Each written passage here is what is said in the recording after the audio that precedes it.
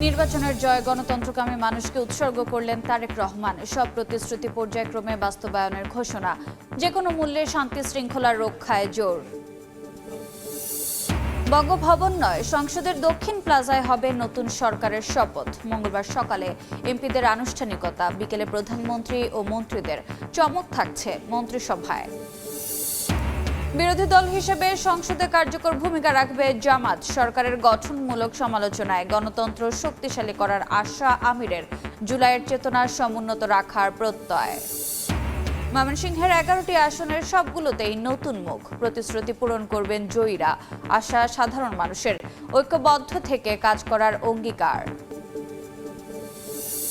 এবং অর্থবছরের প্রথম 7 মাসে রফতানিতে ভাটা, আশার আলো জাগাচ্ছে ওষুধ, চামড়াজাত সহ আলোচনার বাইরে থাকা পণ্য। নীতিগত সহায়তা ও বাজার সম্প্রসারণের তাগিদ।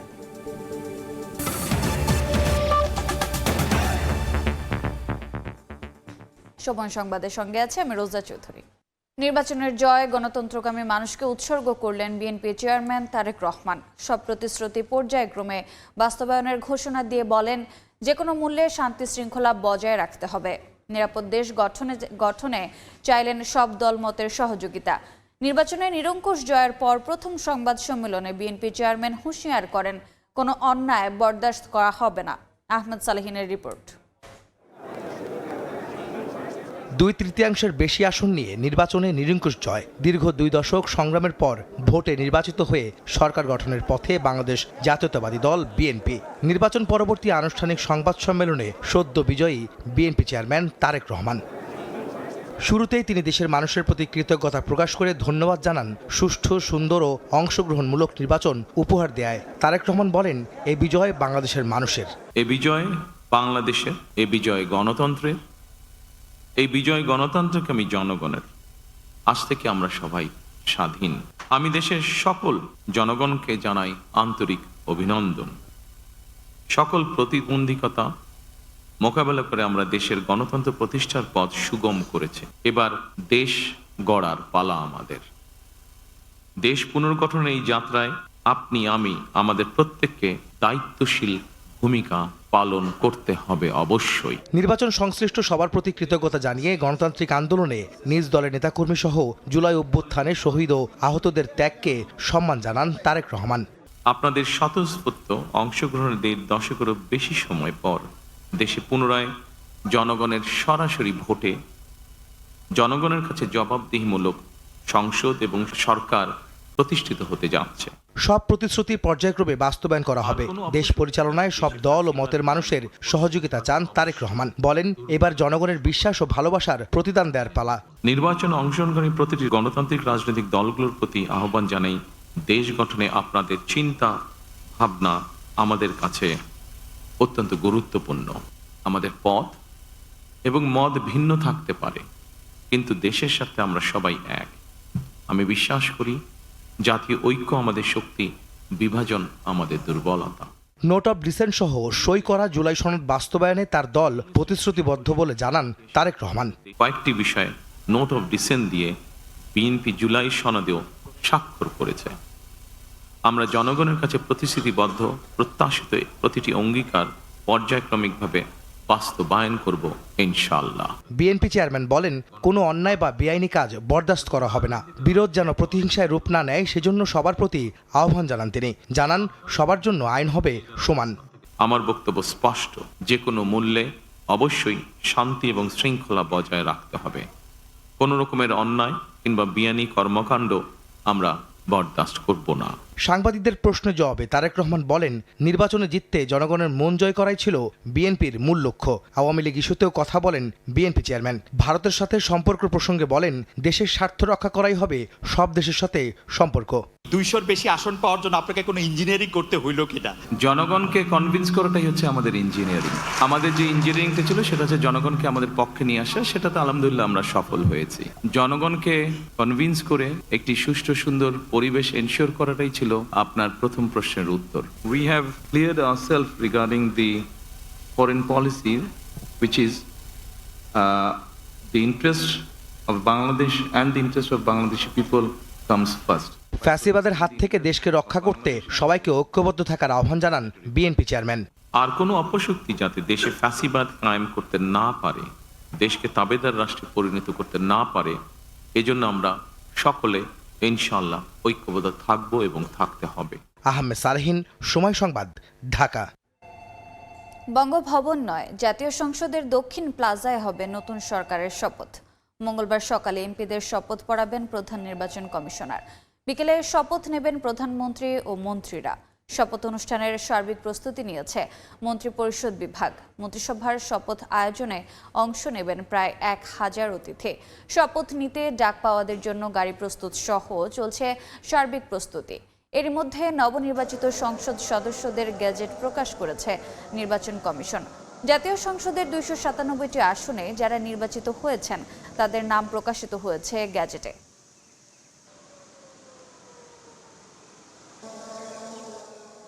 সুশাসন প্রতিষ্ঠা করে জনগণের দোরগোড়ায় সেবা পৌঁছে দিতে চৌকস মন্ত্রিসভা গঠন করবে বিএনপি। নবীন প্রবীণের সমন্বয়ে মন্ত্রিসভায় থাকবে চমক। শনিবার বিকেলে বিএনপি চেয়ারম্যান তারেক রহমানের নির্বাচনোত্তর সংবাদ সম্মেলনে যোগ দিয়ে দলের জ্যেষ্ঠ নেতারা আরও জানান, চ্যালেঞ্জ মোকাবিলা করে জনগণের আকাঙ্ক্ষা পূরণের সক্ষম ব্যক্তিরাই স্থান পাবেন মন্ত্রিসভায়। 2/3 বেশি আসনে জয়ী হয়ে সংসদে নিরঙ্কুশ সংখ্যাগরিষ্ঠতা নিয়ে সরকার গঠন করতে যাচ্ছে বিএনপি। মন্ত্রিসভায় কারা আসছেন তা নিয়ে আগ্রহ সব মহলে। অবশ্যই চমক থাকবে। দলের স্থায়ী কমিটির সদস্য নজরুল ইসলাম খান জানান, জনগণের আকাঙ্ক্ষা পূরণের সক্ষম ব্যক্তিদের নিয়ে মন্ত্রিসভা গঠন করবে বিএনপি। বাংলাদেশের মানুষ যে পরিবর্তনের আকাঙ্ক্ষা ধারণ করছিল, বিএনপির মধ্যে সেই পরিবর্তন পূরণের একটা সম্ভাবনা দেখে বিএনপিকে বিজয়ী করেছে।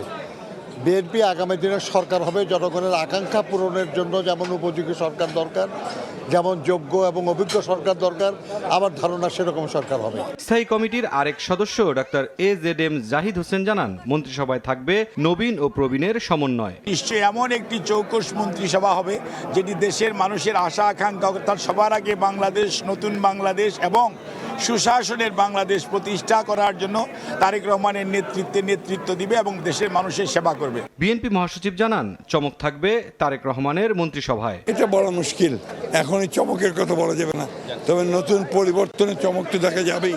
সোমবার সংসদ সদস্য ও মন্ত্রীদের শপথ গ্রহণের প্রস্তুতি নিচ্ছে মন্ত্রিপরিষদ বিভাগ। মুরসালিন হক জুনায়েদ, সময় সংবাদ, ঢাকা। কেমন হবে নতুন প্রধানমন্ত্রী তারেক রহমানের মন্ত্রিসভা তা নিয়ে চলছে নানা জল্পনা। সামনে আসছে অনেকের নাম। ইঙ্গিত মিলছে অভিজ্ঞ ও তারুণ্যের সমন্বয় হতে পারে নতুন মন্ত্রিসভা। একক এলাকা নয়, মন্ত্রিসভায় আঞ্চলিক ভারসাম্য রাখতে চায় বিএনপি। বিস্তারিত তুলে ধরছেন ফারুক ভূঁইয়া রবিন। ত্রয়োদশ জাতীয় সংসদ নির্বাচনে 2/3 সংখ্যাগরিষ্ঠতা নিয়ে 2 দশক পর সরকার গঠন করতে যাচ্ছে বিএনপি। সংখ্যাগরিষ্ঠ দলের নেতা হিসেবে, সরকার প্রধান বা প্রধানমন্ত্রী হিসেবে শপথের অপেক্ষায় বিএনপি চেয়ারম্যান তারেক রহমান। ভাবী প্রধানমন্ত্রীর সম্ভাব্য মন্ত্রিসভায় কারা থাকছেন তা নিয়ে জল্পনা সব মহলে।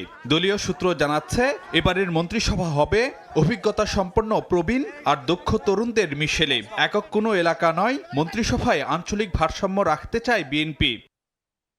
মির্জা ফখরুল ইসলাম আলমগীর, ডক্টর খন্দকার মোশাররফ হোসেন, ডক্টর মঈন খানদের মতন প্রবীণ নেতারা মন্ত্রিসভায় থাকবেন নাকি তাদের কেউ বঙ্গভবনের পরবর্তী বাসিন্দা হবেন তা নিয়ে আছে জল্পনা। দলের সর্বোচ্চ নীতি নির্ধারণী ফোরাম স্থায়ী কমিটির সদস্য মির্জা আব্বাস, আমির খসরু মাহমুদ চৌধুরী, সালাহউদ্দিন আহমদ, গয়েশ্বর চন্দ্র রায়, ইকবাল হাসান মাহমুদ টুকু, ডাক্তার AZM জাহিদ হোসেনকে বিবেচনা করা হচ্ছে গুরুত্বপূর্ণ মন্ত্রণালয়ের দায়িত্বে। 2001 থেকে 6 সরকারে থাকা অবসরপ্রাপ্ত air vice marshal Altaf Hossain Chowdhury, Barkatullah Bulu, ANM Ehsanul Hoque Milon থাকতে পারেন এবারের মন্ত্রিসভায়ও। আলোচনায় আছেন শহীদউদ্দিন চৌধুরী অ্যানি, ইশরাক হোসেন, ডক্টর রেজা কিবরিয়া। জোট সঙ্গীদের মধ্য থেকে আলোচনায় আন্দালিব রহমান পার্থ, ববি হাজ্জাজ, নুরুল হক নূর। নতুন সরকারের সঙ্গে কোনো না কোনোভাবে থাকতে পারেন বিএনপির এবারের নির্বাচন পরিচালনা কমিটির চেয়ারম্যান ও সদস্য সচিব হিসেবে দায়িত্ব পালন করা নজরুল ইসলাম খান, রুহুল কবির রিজভী। নতুন ক্যাবিনেটের সম্ভাব্য টেকনোক্র্যাট সদস্য হিসেবে আলোচনায় AKM ওয়াহিদুজ্জামান, হুমায়ুন কবির, মাহাদি আমিন। পরবর্তী সংসদের স্পিকার হিসেবে শোনা যাচ্ছে সিনিয়র আইনজীবী অ্যাডভোকেট জয়নুল আবেদিনের নাম। ফারুক ভূঁইয়া রবিন, সময় সংবাদ, ঢাকা।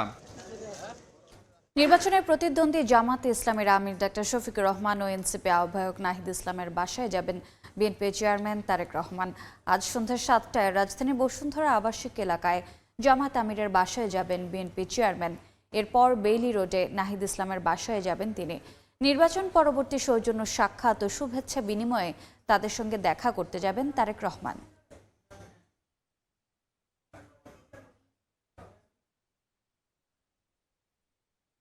সময় সংবাদে আরও থাকছে। যুদ্ধবিরতিতে গাজায় নিহত হাজারের বেশি, আটকে আছে দ্বিতীয় ধাপ বাস্তবায়ন। শান্তি পরিষদে থাকছে না ইউরোপের কিছু দেশ। আমিরাত যুক্তরাষ্ট্রের $100 কোটি প্রতিশ্রুতি।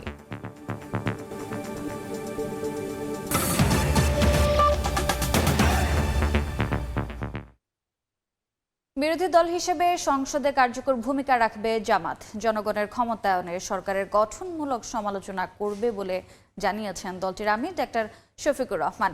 বলেন, জুলাইয়ের চেতনার সমুন্নত রাখতে এবং নাগরিক অধিকার আদায়ে অগ্রণী ভূমিকা রাখবে তার দল। বিস্তারিত শফিক মুন্সির প্রতিবেদনে।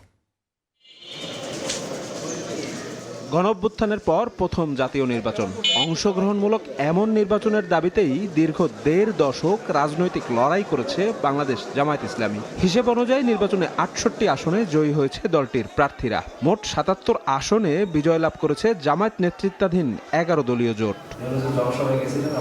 নির্বাচনী ফলাফল প্রকাশের পর সময় সংবাদের মুখোমুখি হন জামায়াত আমির। জানান দল নিয়ে তার আগামী দিনের পরিকল্পনার কথা।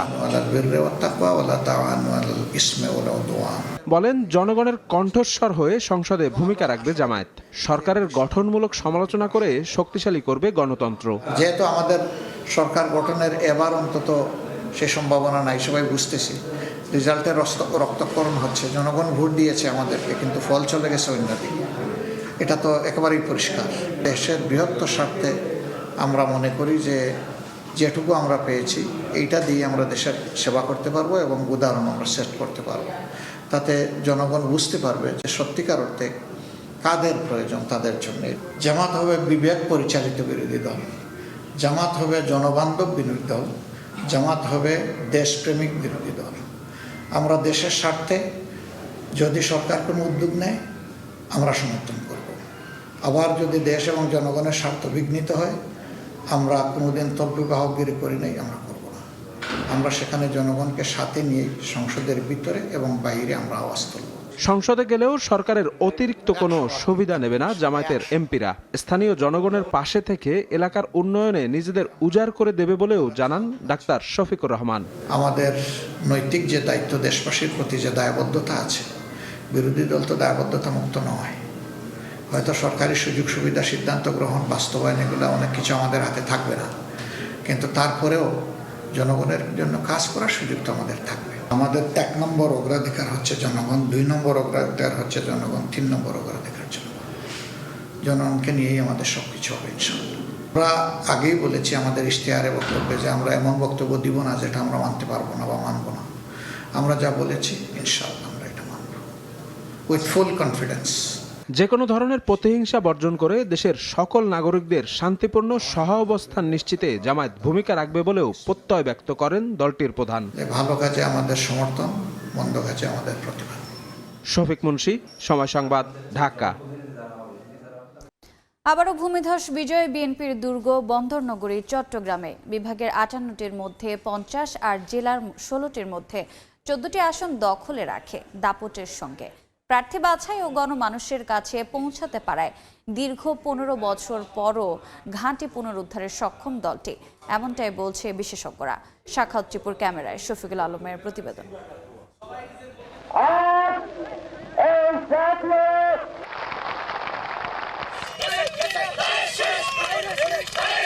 চট্টগ্রাম থেকে স্বাধীনতার ঘোষণা এবং এখানে শহীদ হন প্রেসিডেন্ট জিয়াউর রহমান। অবকাঠামো উন্নয়ন ও এই অঞ্চলে বেগম খালেদা জিয়ার বাবার বাড়ি হওয়ায় বিএনপির ঘাঁটিতে পরিণত হয় বন্দরনগরী চট্টগ্রাম। 1991, 96, 2001 এবং 2008 সালে জাতীয় সংসদ নির্বাচনে চট্টগ্রাম বিভাগের আসনগুলো দাপটের সঙ্গে দখলে ছিল বিএনপির। সামাজিক ও রাজনৈতিক শক্ত অবস্থানের কারণে দীর্ঘ 15 বছর পর আবারও পুনরুদ্ধার দুর্গের আসনগুলো। এবারও বিভাগের 58টির মধ্যে 48 আর চট্টগ্রাম জেলার 16টির মধ্যে জয়ী 14টি। জিয়া পরিবারের প্রতি ভালোবাসায় আবারও ভূমিধস জয় এই ঘাঁটিতে। সেই অপপ্রচার এবং মিথ্যাচারের বিরুদ্ধে চট্টগ্রামবাসী আবারও প্রমাণ করেছে তারা বরাবরই যেমন খালেদা জিয়া শহীদ জিয়ার উপর আস্থা রেখেছেন, এবার তারা আমাদের নেতা জনাব তারেক রহমান এবং ধানের শীষের উপর আস্থা রেখেছেন। গণতান্ত্রিক বাংলাদেশ, মানুষের অধিকারের বাংলাদেশ প্রতিষ্ঠার যে স্বপ্ন মানুষ দেখেছে, ভোটার দেখেছে, আমরা সেই স্বপ্ন বাস্তবায়নে আমাদের সর্বোচ্চ দিয়ে আমরা চেষ্টা করব। জনগণ যে আস্থা রেখেছে এটা আমাদের জন্য একটি কঠিন দায়িত্বের মধ্যে ফেলেছে। আমরা কিভাবে জনগণের প্রত্যাশা পূরণ করব, আকাঙ্ক্ষা পূরণ করব, দায়িত্ব পালন করব, সেটাই হচ্ছে গুরুত্বপূর্ণ বিষয়, অন্য বিষয়ের চেয়ে। চট্টগ্রাম জেলা ছাড়াও কক্সবাজারে 4টির মধ্যে 4টি, ফেনীর 3টি আসনে 3টি, লক্ষ্মীপুরে 4টি, কুমিল্লার 8টি এবং 3 পার্বত্য জেলার সবকটি বিএনপির দখলে। অতীতে চট্টগ্রামের উন্নয়ন ও আন্দোলন সংগ্রামের নেতাদের প্রার্থী মনোনয়নই জয়ের বড় ম্যাজিক। মানুষ মুক্তিযুদ্ধের পক্ষ বিবেচনায় বৃহত্তর চিন্তার দিক থেকে বিএনপিকে ভোটিং করেছে, ফলত বিএনপি জিতেছে। বিএনপি একটা ইন্টেলিজেন্স টিম আছে, সেই ইন্টেলিজেন্সের মধ্যে মাঠের খবর নিয়ে কিন্তু প্রার্থী নির্বাচন করেছেন, তার সুফলও কিন্তু বিএনপি পেয়েছে। তবে চট্টগ্রামে 2টি আসনে বিএনপি জয় পেলেও আদালতের নির্দেশে এখনও ফলাফল স্থগিত রয়েছে। শফিকুল আলম, সময় সংবাদ, চট্টগ্রাম।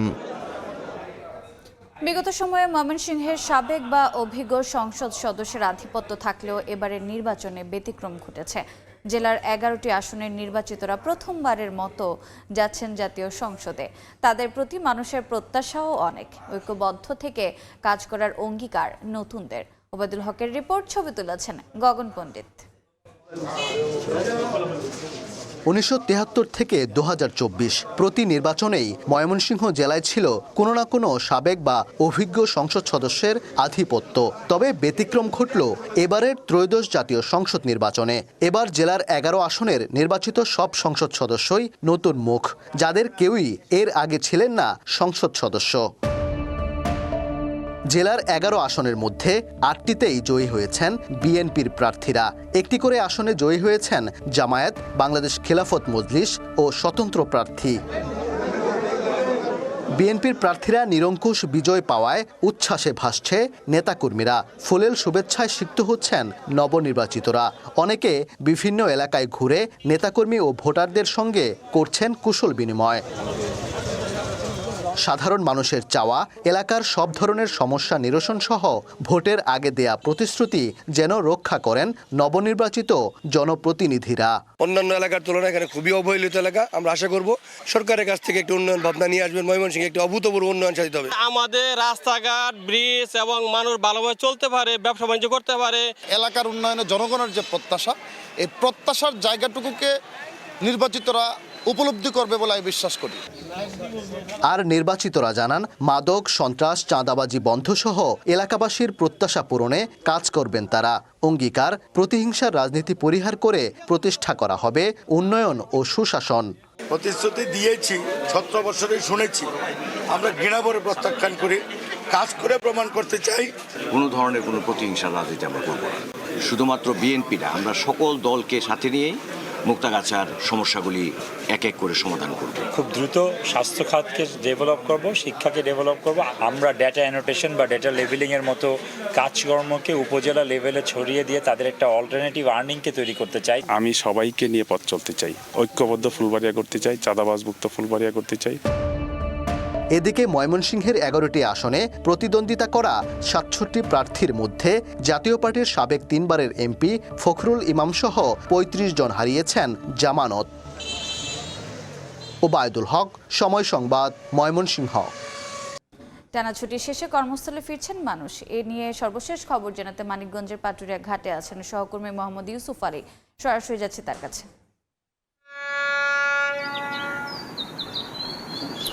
এই যে জাতীয় নির্বাচন এবং সেই ক্ষেত্রে কিন্তু দীর্ঘ ছুটি একদম শেষ ছুটির পর কিন্তু মানুষ এখনো ছুটছে এবং রাজধানীর দিকে। আমরা যে ফেরি এবং লঞ্চ এই ঘাট এলাকাতে আসছে সেটার মধ্যে কিন্তু ভিড় লক্ষ্য করছি, কিন্তু ঘাট এলাকাতে কোনো যানজট এবং ভোগান্তি নেই।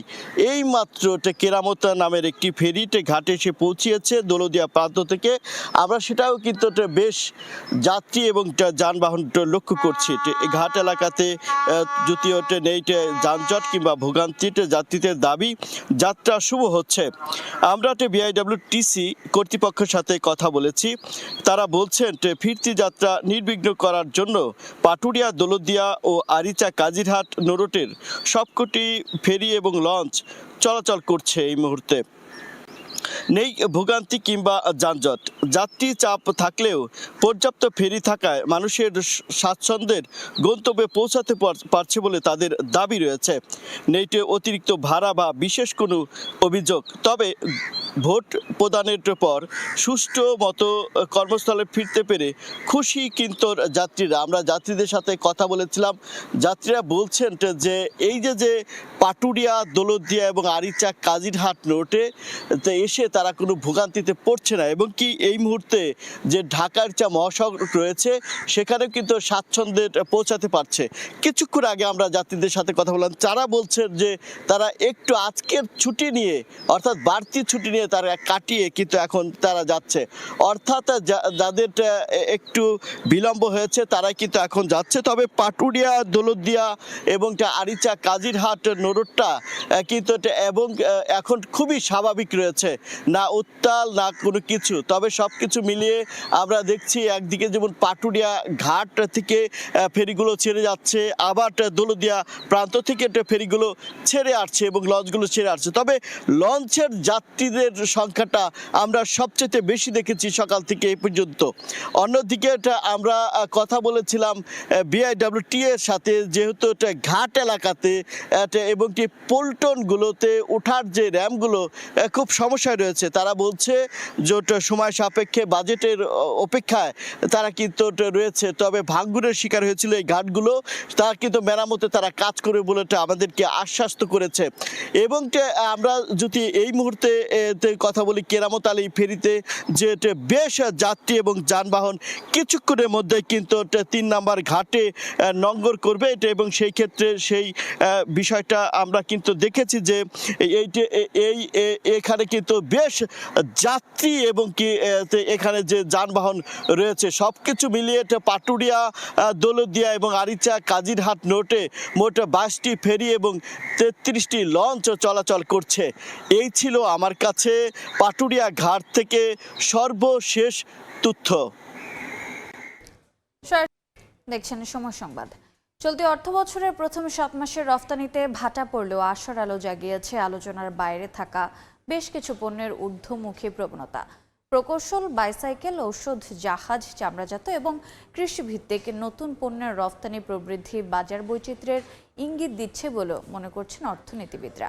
দীর্ঘমেয়াদী ও টেকসই প্রবৃদ্ধির জন্য নীতিগত সহায়তা আর বাজার সম্প্রসারণ অব্যাহতের তাগিদ দিচ্ছেন তারা। ফরহাদুর রহমানের রিপোর্ট। রফতানি উন্নয়ন ব্যুরো ইপিবির তথ্য, চলতি 2025-26 অর্থ বছরে জুলাই থেকে জানুয়ারি পর্যন্ত সময়ে বাংলাদেশের পণ্য রফতানি আয় দাঁড়িয়েছে 28.41 বিলিয়ন মার্কিন ডলার, যা আগের অর্থ বছরের একই সময়ের তুলনায় প্রায় 2% কম। মোট রফতানি কমলেও আশার আলো, সচরাচর আলোচনার বাইরে থাকা বেশ কিছু খাতের পণ্যের ঊর্ধ্বমুখী রফতানি প্রবণতা। অর্থ বছরের প্রথম 7 মাসে সবচেয়ে বড় ইতিবাচক চমক এসেছে প্রকৌশল পণ্য থেকে। খাতটির রফতানি বেড়েছে প্রায় 26%, আয় হয়েছে 36 কোটি 94 লাখ মার্কিন ডলার, যার মধ্যে রয়েছে বৈদ্যুতিক সরঞ্জাম, কপার ওয়্যার ও যন্ত্রাংশ। একই সঙ্গে বাইসাইকেল রফতানিতেও রেকর্ড প্রবৃদ্ধি হয়েছে। গত বছরের একই সময়ের তুলনায় এই খাতে আয় বেড়েছে 31% বেশি, রফতানি হয়েছে 8 কোটি মার্কিন ডলারের বেশি। বেড়েছে ওষুধ রফতানিও। এই সময়ে খাতটি থেকে আয় হয়েছে প্রায় 14 কোটি মার্কিন ডলার, প্রবৃদ্ধি দাঁড়িয়েছে 5% বেশি। ইপিবির তথ্য মতে জাহাজ, চামড়াজাত পণ্য, জুট ইয়ার্ন ও জুট ব্যাগ, ক্র্যাব, চিংড়ি ও জীবন্ত মাছ, এমনকি গুঁড়া মশলা, ফলমূল ও শাকসবজির মতো খাতেও রফতানি বেড়েছে উল্লেখযোগ্য হারে। এদিকে চলতি অর্থ বছরের 7 মাসে চীনের রফতানি বেড়েছে প্রায় 20%, যা থেকে আয় হয়েছে 49 কোটি 3 লাখ মার্কিন ডলার। এছাড়া পোল্যান্ডের রফতানি বেড়েছে 7% বেশি। নির্দিষ্ট পণ্যের উপর নির্ভরতা কমিয়ে রফতানি বৈচিত্র্য বাড়াতে পারলে দীর্ঘমেয়াদী টেকসই প্রবৃদ্ধিতে ভূমিকা রাখবে বলে মনে করেন অর্থনীতিবিদরা। রপ্তানি আয় কমে যাওয়ার অন্যতম কারণ হচ্ছে যে বাংলাদেশের রপ্তানি আয় একক পণ্যের উপরে নির্ভরশীল হয়ে পড়েছে। বাংলাদেশের রপ্তানি আয় কয়েকটা নির্দিষ্ট বাজারের উপরে নির্ভরশীল হয়ে পড়েছে। বাজার সম্প্রসারিত করতে হবে, রপ্তানি পণ্যে বৈচিত্র্য আনতে হবে। ট্রেডিশনাল যে প্রোডাক্টগুলো আমরা রপ্তানি করে থাকি সেটা থেকে বের হয়ে আসতে হবে। আঞ্চলিকভাবে অনেক পণ্য কিন্তু এখন উৎপাদন করা হচ্ছে, আঞ্চলিকভাবে অনেক পণ্য কিন্তু তৈরি করা হচ্ছে, সেগুলোকে আপনার রপ্তানি ব্যবস্থা করতে হবে। তৈরি পোশাক খাতে সাময়িক চাপ থাকলেও অপ্রচলিত ও নতুন পণ্যের রফতানিতে গতি এলে দেশের বৈদেশিক আয় কাঠামো আরও শক্তিশালী হবে বলে মনে করেন সংশ্লিষ্টরা। ফরহাদ রহমান, সময় সংবাদ, ঢাকা। 2025 সালে ইউরোপীয় ইউনিয়নের সামগ্রিক আমদানি বেড়েছে 2%-এরও বেশি। এ সময়ে জোটটিতে সবচেয়ে বেশি তৈরি পোশাক রপ্তানি করেছে চীন। এরপরে দ্বিতীয় স্থানে থাকা বাংলাদেশের বছর ব্যবধানে জোটটিতে রপ্তানি বেড়েছে প্রায় 6%। গেল বছর ইউরোপীয় ইউনিয়নে বিভিন্ন দেশের তৈরি পোশাক রফতানি বেড়েছে 2%-এরও বেশি। বছর জুড়ে জোটটিতে রফতানি হয়েছে $90 বিলিয়ন। ইউরোস্টেটের তথ্য, এ সময় জোটটিতে সবচেয়ে বেশি তৈরি পোশাক রফতানি করেছে চীন। দেশটির রফতানি 1.17% বেড়ে দাঁড়িয়েছে $26.58 বিলিয়ন। এরপর দ্বিতীয় স্থানে থাকা বাংলাদেশের রফতানি জোটটিতে বছর ব্যবধানে প্রায় 6% বেড়ে দাঁড়িয়েছে $19.41 বিলিয়ন। তবে 2024 সালের ডিসেম্বরের তুলনায় গেল ডিসেম্বরে জোটটিতে বাংলাদেশের পোশাক রফতানি কমেছে 12%। তৃতীয় স্থানে থাকা তুরস্কের ক্ষেত্রে রফতানি কমেছে 10.73%। দেশটি রফতানি করেছে $8.34 বিলিয়ন তৈরি পোশাক। আর ভারতের রফতানি 7.99% বেড়ে দাঁড়িয়েছে $4.52 বিলিয়ন। ইয়ানুর শিফাত, সময় সংবাদ। দেখছেন সময় সংবাদ। দেশের বাইরের খবর। গাজার পশ্চিম তীরে অবৈধ বসতি স্থাপনকারীদের হামলায় অন্তত 54 ফিলিস্তিনি আহত হয়েছেন।